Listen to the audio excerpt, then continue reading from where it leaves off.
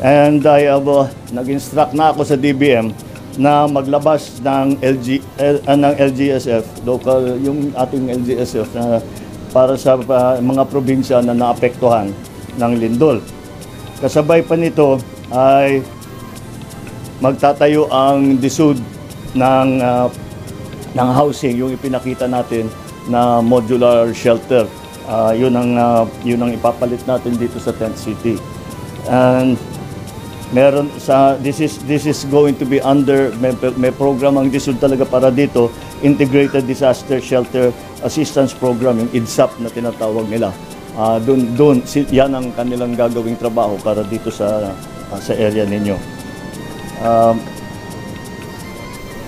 Yung napuntahan namin doon sa hospital, well, tinitignan pa natin yung high school, medyo may plano na tayo. Sa Manay High School, may plano na tayo para kung ano yung yung nakita natin building, yung sarap, wala na, hindi na talaga pwede. So maglagay tayo ng isa pa sa likod.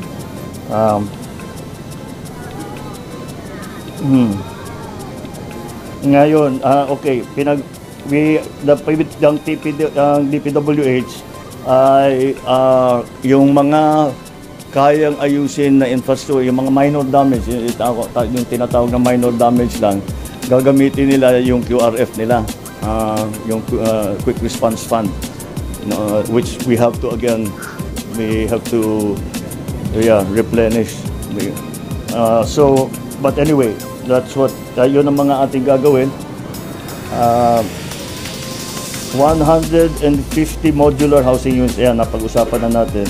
At magdadala rin ang DSUD ng 5 milyong pisong halaga ng raw material para hindi na ito yung trapal, yung talagang dos-por-dos na mga martilyo, mga pako, para maumpisahan na. Tapos magagamit yung tulong ng DSWD, yung kanilang hawak na cash para meron kung ano yung kanilang pangangailangan. Kasi ang ano namin dyan, pagka na-displace ang tao, iba-ibang, tama, nakakatiyak tayo na may pagkain man sila, may tubig sila, so may shelter sila. Pero bawat pamilya have the different needs. Kung may sanggol, may siyempre yung kailangan ng gatas, yung kung ano yung mga diaper, kung may matanda, yung maintenance ng gamot.